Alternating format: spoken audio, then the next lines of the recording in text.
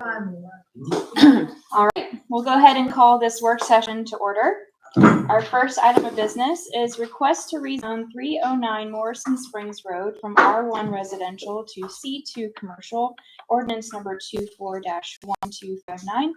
Deputy Director Johnson. Thank you very much. First note of business on the actual ordinance title, the caption. It is incorrect. It identifies it as R1 residential. It should be R1. So, okay. Your map attachment is correct. That does come from our zoning map. So that is correct. It's just a technical typo. We can correct. R1A. Okay.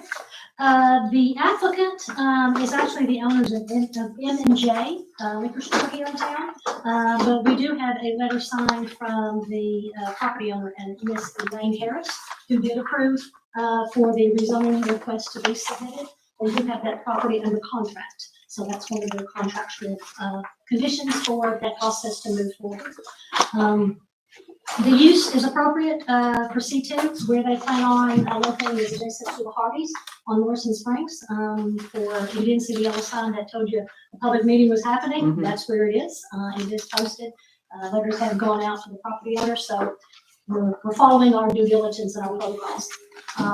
Just to bring something to mind, because the intended use of the property is for a new brick and mortar structure that the business is investing in Red Bank. They do rent where they are now, so they are looking to invest. Your municipal code does limit your liquor retail licensees to a total of 3.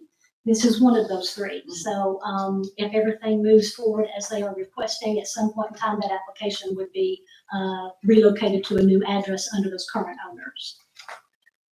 Excellent. Any questions for Deputy Director Johnson? Could you let me know what the discussion was amongst the Planning Commission? Apologies. Yeah, this did go through the Planning Commission back on March of 2024, and it was a recommendation from the Planning Commission that is an appropriate recommendation to forward to Commission for the rezoning. Did you have any residents who came to give comments or not to my knowledge. Ask questions? Okay. Not to my knowledge. Okay. During the public hearing at the Planning Commission meeting. Okay. And we got another public hearing at our 6 o'clock meeting today. Correct. Also now, as we move forward, this is the rezoning. This is not a site plan evaluation. That's right. It's not design review.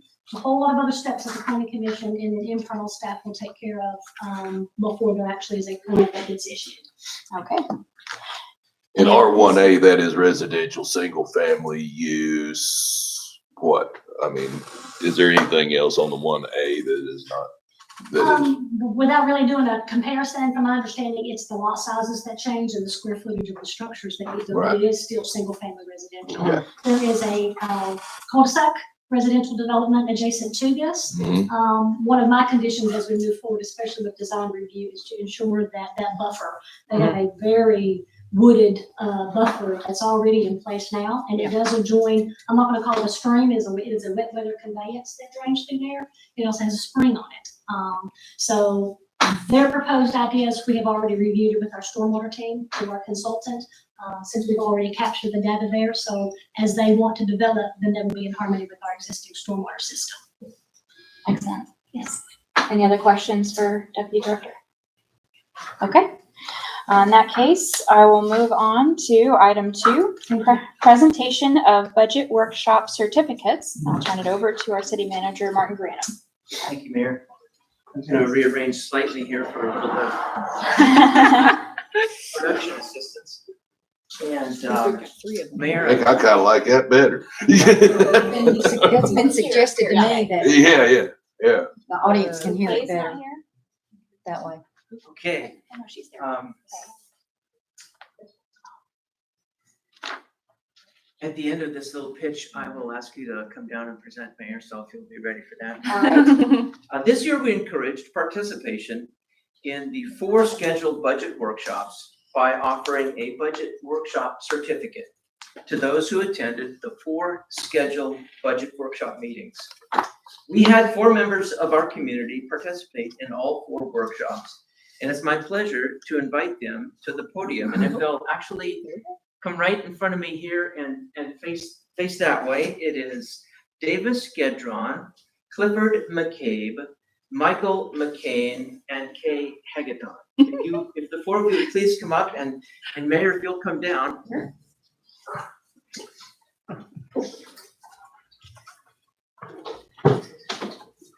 Here's the four certificates, and I will read aloud the certificate, and then when I will read the certificate, and then I'll call their names, and if you can present it then, Mayor, that'd be great. Absolutely. FY25 Budget Certificate Workshop presented to Michael McCain. The City of Red Bank is pleased to present the FY25 Budget Workshop Certificate in recognition of their attendance at all four budget workshops held on March 26th, April 2nd, April 16th, and April 30th. This certificate recognizes a commitment of over 8 hours of time to learn about all aspects of our municipal service delivery, hear directly from each department director, and understand the resources and budget necessary to fund our city. This level of interest in the budget process is highly laudable and profoundly appreciated. Presented this 21st day of May, 2024. If you would please, Mayor. Absolutely. You're gonna read them. Sure. As I pick. Kay Hagedon, Davis Gedron, Clifford McCain, Trouble. and Michael McCain. Ladies and gentlemen, our graduates.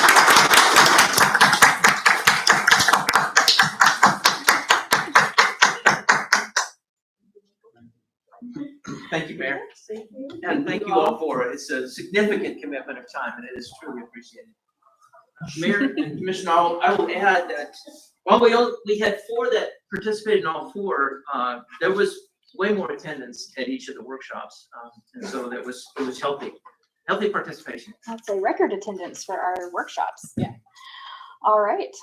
Well, thank you again, all four of you, for sticking it out. Some of those budget workshops were quite lengthy, so it's much appreciated that you guys have been in it as long as we have. Next, if it's all right with everyone, we want to allow Mr. Wood to present before we have to move on. So if we'll skip to item 4. Approve agreement with First Arriving, resolution number 24-1696. Welcome. Thank you for joining us. Good evening. I appreciate you all accommodating in that manner. So this resolution is going to be a contract for digital signage going into Station 1 and Station 2 at the fire department. This is with First Arriving dashboards. In essence, think of a dynamic and digital bulletin board that would go in each fire station that would allow us to put things up such as scheduling, staffing, apparatus statuses. If we were to put training notes, if the city were to put HR messages, or even monthly training reminders or things from City Hall, this would be dynamic and moving throughout stations, weather alerts. And the biggest thing is whenever we would get calls, it automatically changes over to call information, gives things such as addresses, critical information, hydrant locations, and mapping to the locations. And essentially, it's just going to increase our situational awareness on shift and our ability to communicate with all of our employees. So, but because it was a contract agreement, we had to come before you all and present it with you. Excellent.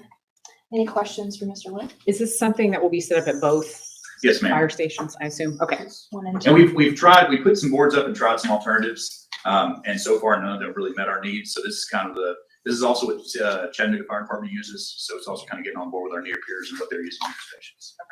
Did they have pretty high reviews of it? Yes. And we spoke with some other agencies in different parts. The experience is very much based on the utilization, kind of how it's set up. So we talked to several different agencies with different configurations. And so far, everybody's really enjoyed it. So. I see we've got more information in our packets, page 31 through 35 through 36. And there's also a picture on page 36 of what it looks like. It's pretty high-tech stuff. It is. We're very excited about the opportunity. All right, and the cost is not too bad either. It's not, no, ma'am. It's still below what we would normally need for a purchase order, just due to the agreement we had to come to the commission. I see an invoice here for $2,348. That's correct. $750 of that should be the setup fee, and then $1,598 would be the annual fee for both stations. Does this include the screen? No, Or so no, the screens are already- that's our screen. This is just. essentially it's like a Chromecast or something that plugs into the TV. They provide the hardware and the software, and it just works on the screen. So The screens that we used for our annual retreat. Okay. Yeah. Well, I didn't know if this was another one Oh, going in yeah. over there or somewhere. That's already supplied. Okay. Is it simultaneous? In other words, if it's at one, is it also noted at two at the same time, or is it specific to? So they're a little bit separate because, for instance, it is a dashboard and it's dynamic. So as it's cycling through things, likewise, they could go with a mouse or a controller and go up and pull up something else. So say like the Air Pollution Control Board puts out our burn statuses. That's something that would cycle through every day. Well, if that's not up and somebody calls, they could change over to that and then it would default back into that automatic rotating dashboard or bulletin board. So but when we get incidents, the incidents would pop up automatically. They would be set up the same. There may be some differences in timing, but as soon as the calls go out, that's going to pop up at each station. And these funds were budgeted this year, correct? I believe so, yes, ma'am. And I'd have to ask Chief Sally exactly where that's coming out of, but yes, ma'am. All right, I'm getting confirmation from the city manager as well. It's budgeted. All right, any more questions for fire training commander? Is that your correct title, sir? Yes, ma'am. Captain, fire training captain. I apologize. Fire training captain mode. All right, thank you very much for joining us today. We appreciate your time. All right, we'll go back to item 3 on our budget. First reading of the proposed budget ordinance number 24-1260 for fiscal year 25.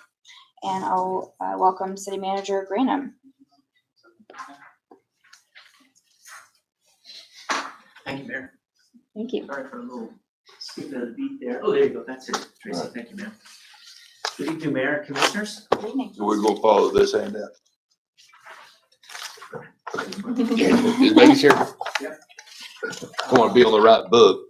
Commissioners, Not I right. laid on your dais 4 PowerPoint slides, and they're very similar to what we covered last week. But for the purposes of catching everybody up in the ongoing budget process. Next slide, Tracy. Thank you very much. Just a reminder, the preparation began with conversations with the department directors in February. We presented a memo on the 19th of March that outlined our schedule for this year. We had the 4 budget workshops, which were mentioned earlier. And then the budget the budget estimate was presented last commission meeting on the 7th of May in advance of the required 15 May date. Something that I have highlighted there in the middle, and I want to read it very clearly so there's no misunderstanding. The budget process also includes setting the property tax rate. There is no change in property taxes in the fiscal year 25 budget estimate. So it has not been discussed. It is not embedded into any of these documents. There's no change in property taxes. In Red Bank, any ordinance requires 2 readings. The first reading of the budget ordinance is tonight, the 21st of May. The proposed budget is planned for a second reading of the budget ordinance on Tuesday, the 4th of June. And both those would get us on a timeline to be well advanced at the end of the fiscal year, which is guidance from the comptroller. Enactment occurs upon passage of the second reading, and it becomes the adopted budget, that's the terminology, and it takes effect 1 July and continues through 30 June 2025. The shorthand is FY 25. Next slide, please. So that's the budget process. And now I want to take a minute and orient us to the budget packet. In the distribution and available on the agenda online is 2 documents. The budget estimate, which at the top right on the front page is dated 5/16/24, and that's how we do version control here. And then also included in the budget packet online is the guide to the Red Bank 25 budget, and that's a new document. And that sort of stemmed from the first budget workshop where we sat down and we really just explained the budget document itself. The budget document is at a heart a spreadsheet. It doesn't really tell a story. So the budget, the guide to the budget helps understand the numbers. But I also wanted to touch on, I put together a packet which is available in the back for anybody who wants it. And I laid a copy on each of your desks. And it is the compilation of the key documents that we've generated throughout this budget process. So to orient to this packet is the guide to the budget, which I just mentioned earlier. It's dated 16 May. And it's dated to match up to the version of budget that is provided with. So the guide will be dated the same as the budget. The next part of the packet is the budget dated 16 May, and that's the spreadsheet. The guide is 4 pages, the budget itself is 24 pages. Next in the packet is budget memos. And I commend that really is the narrative behind the budget. This is where you hear the people involved on staff, the key leaders. It's myself and my direct reports, the directors of the departments. In just language, we lay it out there. And that is 16 pages. Then we put together a series of questions and answers, and that is another 18 pages. And lastly is 2 key pieces of supplemental information that are really important to communicate in the budget process, and that is the salaries of every city employee. We call it jobs by grade. Everybody's divided up into a pay band and their classification. And lastly, a note there on what we're proposing to borrow for. So this year it's proposing for police cruisers. That's the orientation of the budget, and that's really all I have to say, Mayor. I yield the time back to you for commission consideration. Thank you very much, Mr. Granum. I Yes, appreciate ma'am. it. All right. So we've had extensive discussion about this budget at many meetings up until this point. Is there anything that anybody wants to add at this point prior to our 6 o'clock meeting, where we'll have a public hearing and a reading? Okay. If there's no more discussion, then I'll move on to item 5, authorization to dispose of surplus property, resolution number 24-1697. And I'll welcome Chief Seymour and Director Tate.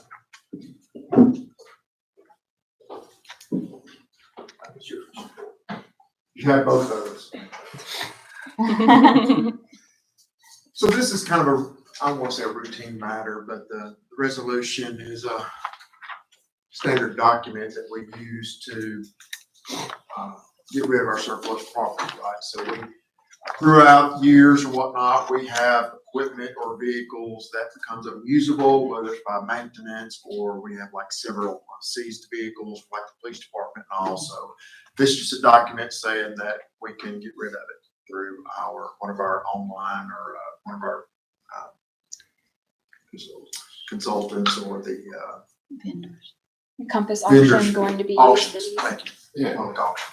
So there's of course, there's some state statutes that govern how some of this property is disposed of and all that. So got to be available to like the general public and all that. So we use vendors to do that. So auction vendors. So I think you have a list on there.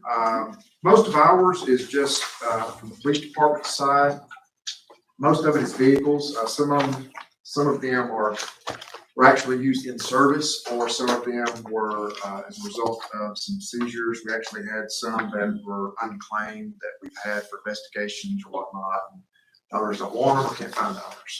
So those are various. And then we're also, if you recall, last year we replaced our in-car camera systems. So we're going to try to sell the old ones off for anybody that can be there. And then Public Works has quite a few, so I don't know, Greg, if you wanted to do that or not. Well, just to bring up the point that most of these vehicles are serviceable.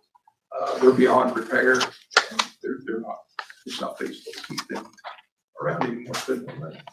All right. Any questions for Chief Seymour or Director Tate? Thank you very much. We appreciate it. Oh, sorry, Pete. Yeah, well, I mean, just, so this is where we're gonna send this off to her. See, make sure there's no, thermoplastic chain on it. Yeah. It's saying this, it's still in our possession.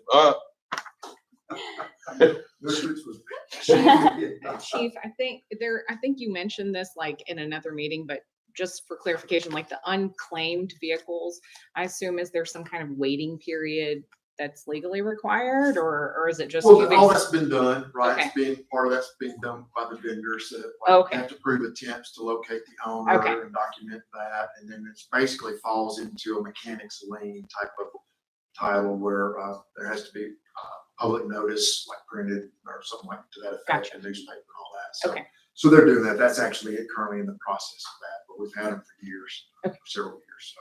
Okay. And out Thank to you. the right, drug fund, is that where the money is returned to?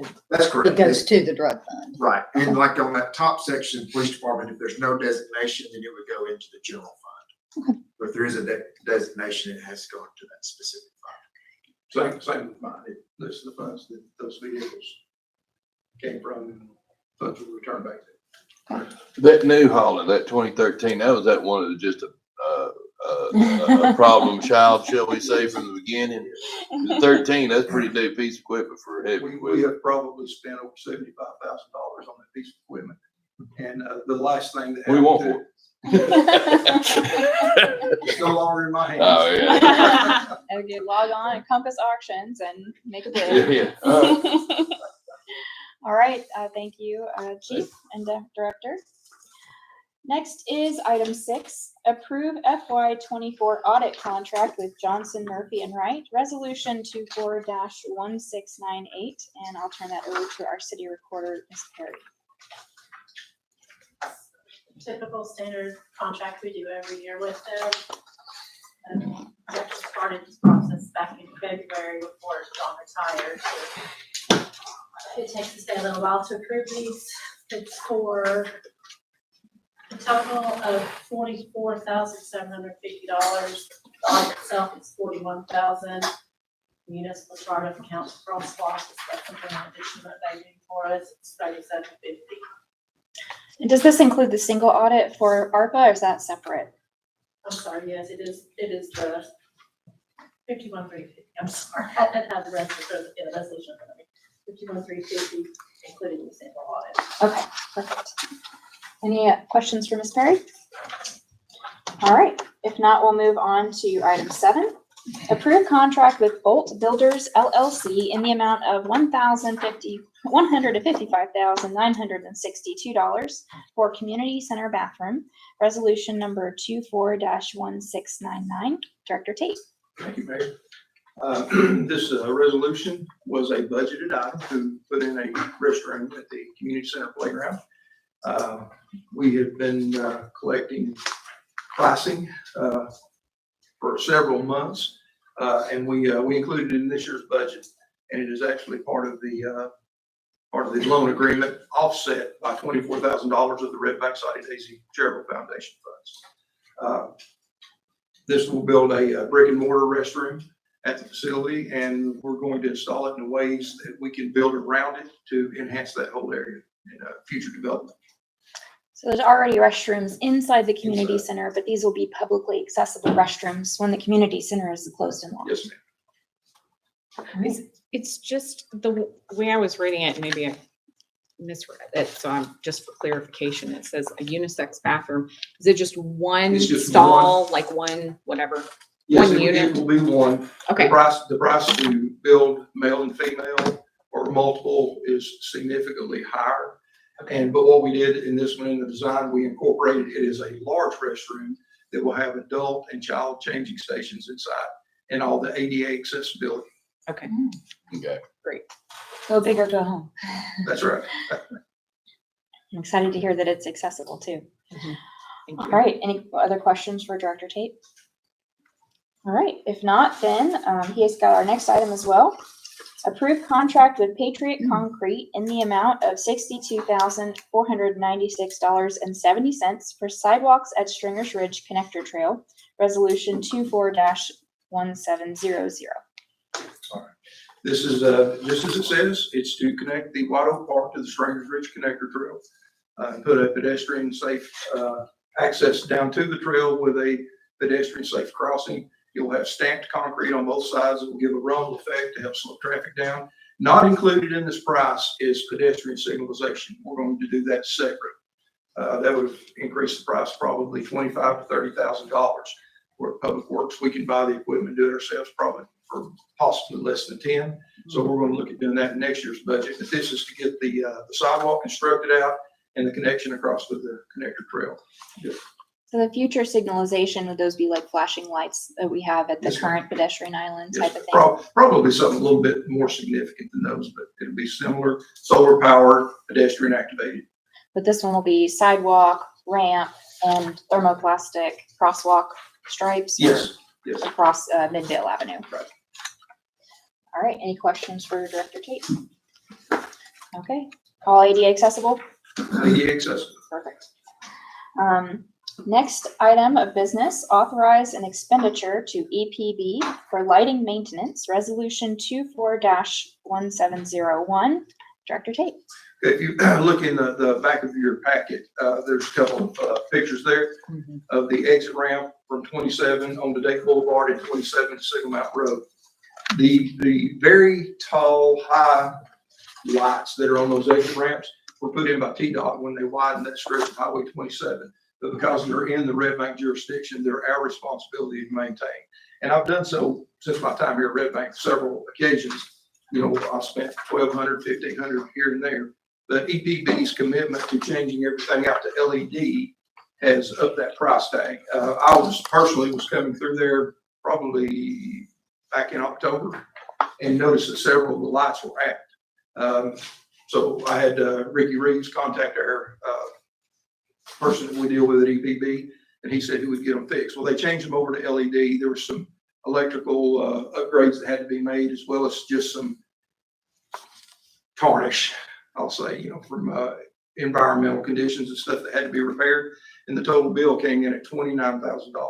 Now, we have a lighting budget in the State Street Aid Department, but the money's there to have this kind of work done, but not at this cost, at $29,000.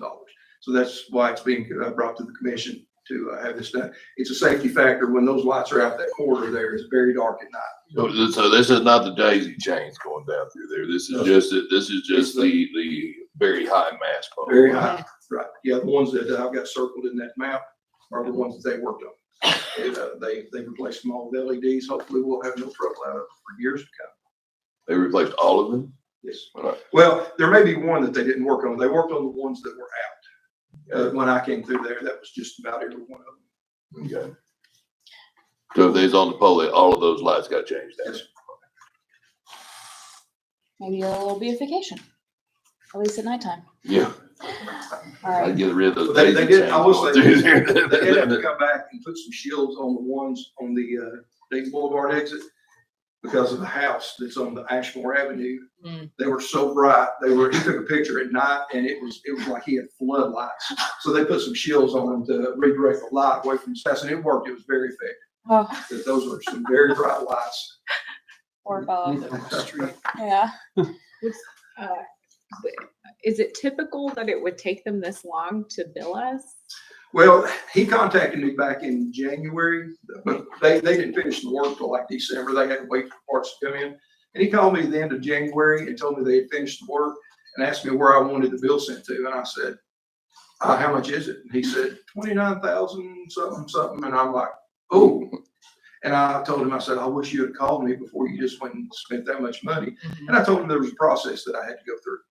And so he said, well, he said, let me work on the final numbers to make sure they're accurate. And he said, I'll get back with you in a couple of days. And it did take him that long to get back with me. Okay. So is this expenditure reflected in the FY24 actual that we have in today's budget? Do you know? no, ma'am. Not No, yet. Not yet. All right. Any questions for Director Tate? Okay, thank you, Director. Our next item of business is citizen comments for items on this work session agenda. And we have time, so Mr. Granum, I'll turn it over to you. Thank you, Mayor. This is the time for citizen comments. Please observe these rules. Comments are limited to 2 minutes or less during work session, and the city recorder will operate a timer. Please respect her direction and conclude any comments if time expires. Comments should be addressed to the board as a whole and not to a particular commissioner, city staff, or the audience. The commission is here to listen, not necessarily to respond or engage in back and forth, so please do not expect a reply during public comment.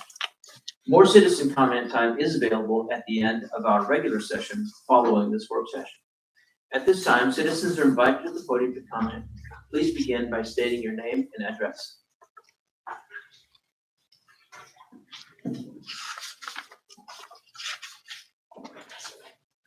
Clifford McCabe, Mr. Rudd, back in trouble. Mine's pertaining to, What's your address? the budget, What's your address, sir? 2618 Berkeley.